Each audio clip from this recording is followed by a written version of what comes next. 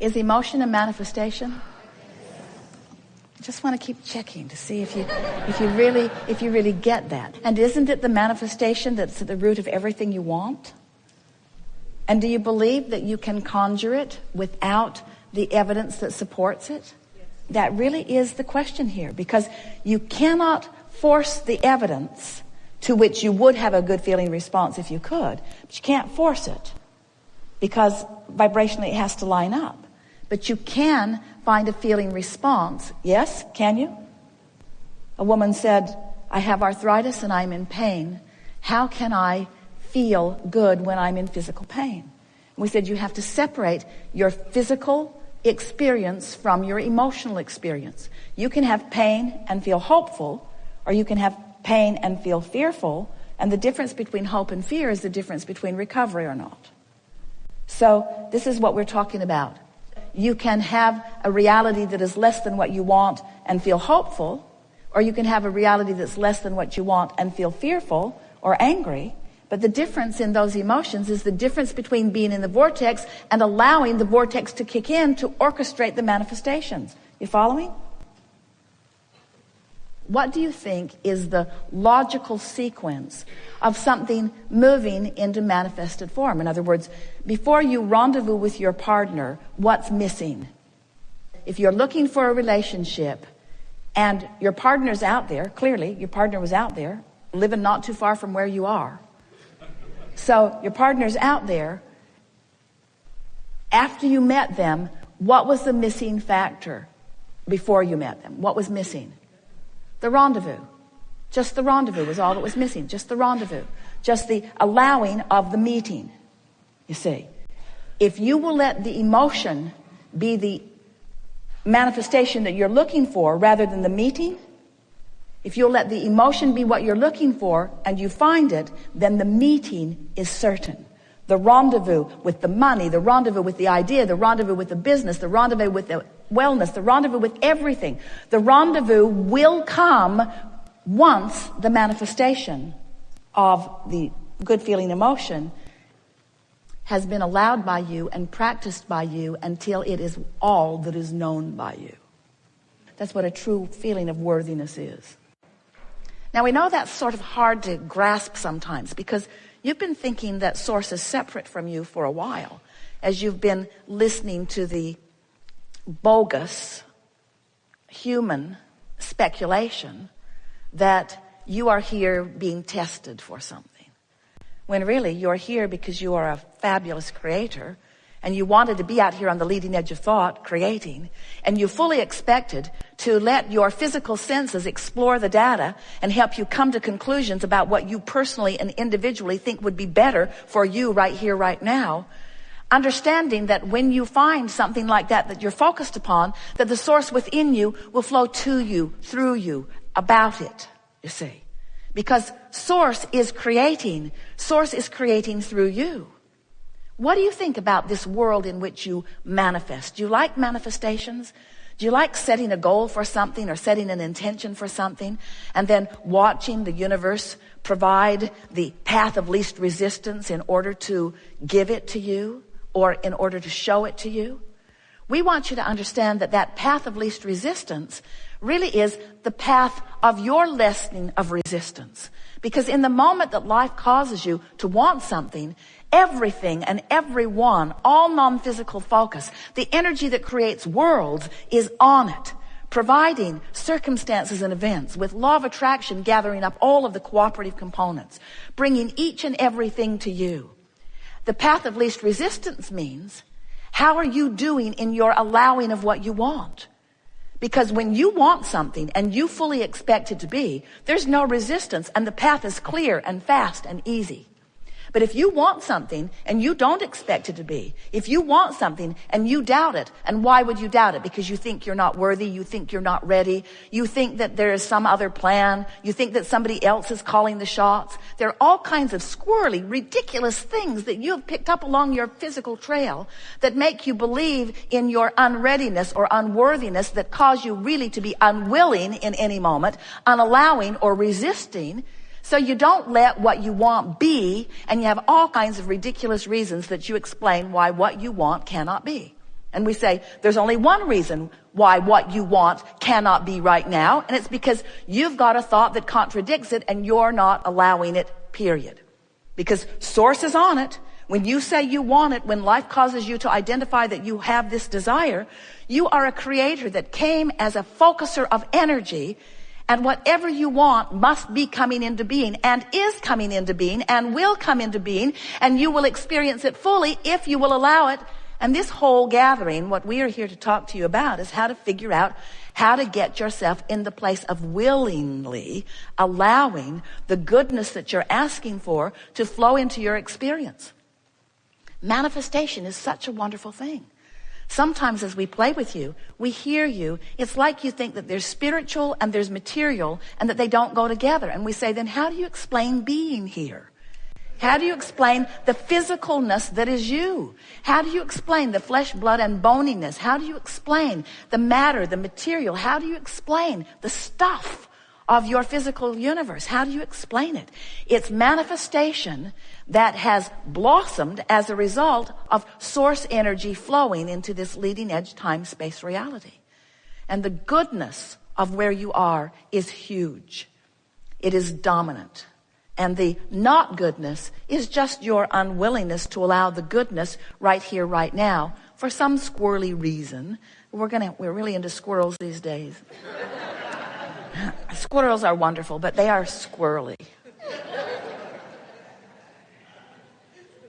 They seem to have attention deficit disorder. We want you to focus. We want you to be the clear-minded, creative genius that you are. But most of all, we want you to find a way, as we're playing together today, to accept the rightness of your good life. We want you to accept the benevolence of the energy that flows to you and through you. And we want you to get eager and frisky about you being the vortex through which this energy flows. So we've been talking to you for a while about how you are the creator of your own reality. Jane Roberts, through Seth, coined those magical words. You create your own reality.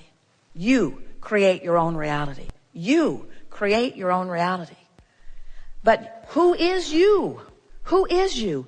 You were you before you came into this body, and you are you in this body, but you are you not in this body. There is this vibrational beingness, this range of vibration that ranges from the source that is you right on through to this furthest most leading edge extension of that which is you. You is you. You cannot pinch yourself off from you.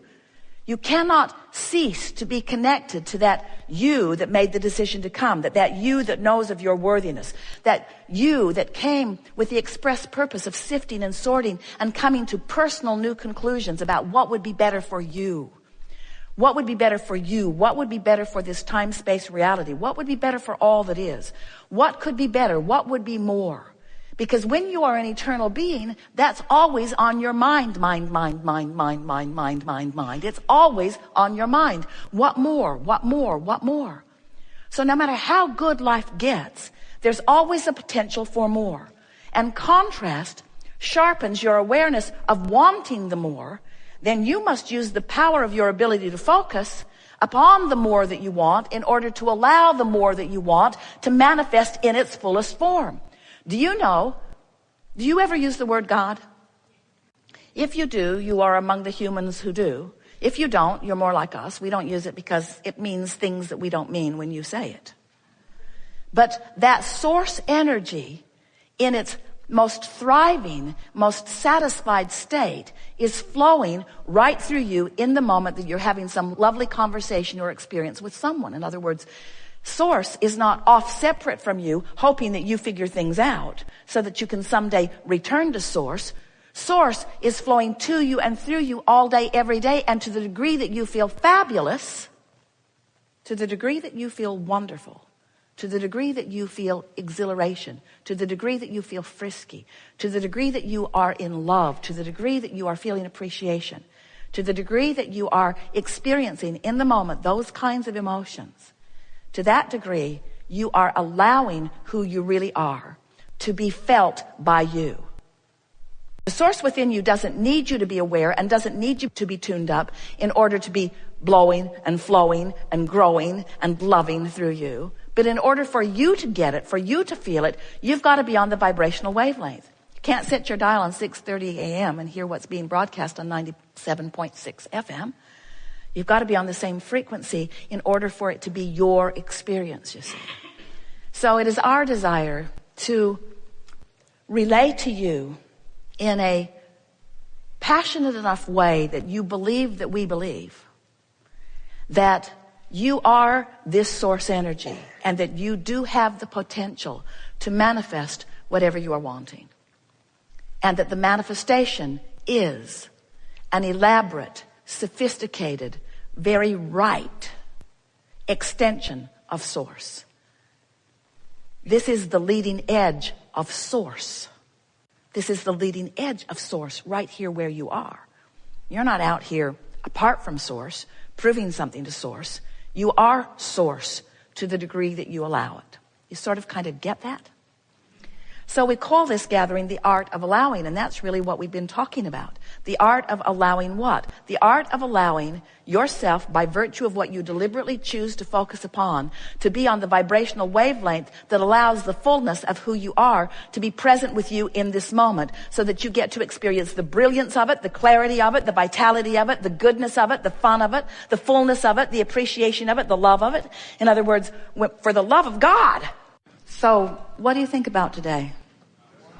You felt things shift, didn't you?